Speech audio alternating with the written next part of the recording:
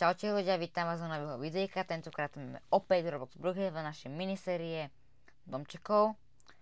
A dneska tu máme špeciálneho hostia, moju sestru Natálku. Ahojte! Tak, poďme na to.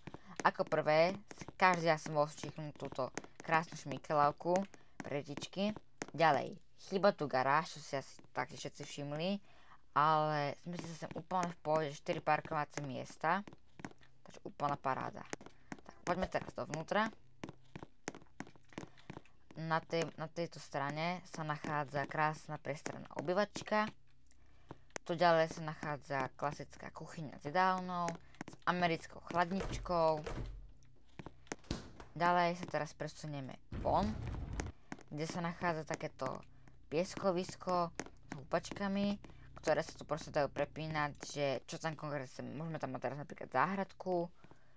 Ďalej si môžeme prepať, budeme to mať výrivku, grilík, ale HTčka. A posledné je to, že tu máme posledenie a húpacú sieť. Ďalej ideme ako ďalej sa tu nachádza takáto priestranná detská izbička. Síce je to také, ako by som povedal, menšie a tmavšie, lebo to nie je žiadne okno, to je tá nevýhoda tých podzemných izieb. Ďalej sa tu nachádza takáto dosť veľká kúpeľka, kde nevyužitý priestor, je strašne veľa voľného miesta. Z pohľadu, že tak netradičné, zvláštne spravený, ale nevadí. Ďalej sa tu nachádza spálňa pre 2 osoby, taktiež tmavá, žiadne okná, nevadí. Škoda, že napríklad tie pračky nedali do tej kúpeľky, lebo tu je dosť miesta, nevadí. Ďalej sa teraz presunieme na posledné poschodie,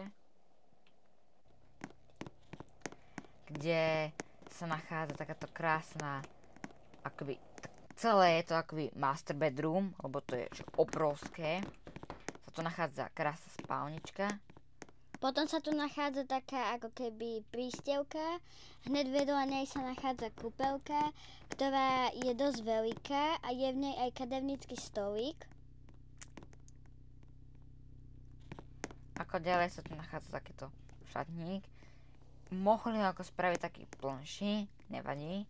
Ale najdôležitejšia vec, čo všade ukazujeme, je trezor, samozrejme s peniazmi, ktoré sú veľmi potrebné na život. A ako ďalej sa tu nachádza menší záchod, iba taký samotný, bez umývadla, a je tu ešte aj zrkadlo. Dúfam, že sa vám dnešné videjko páčilo z tejto prehliadky toho domčeka s mojou sestrou a vidíme sa u ďalšieho videjka. Bye bye. Čaute!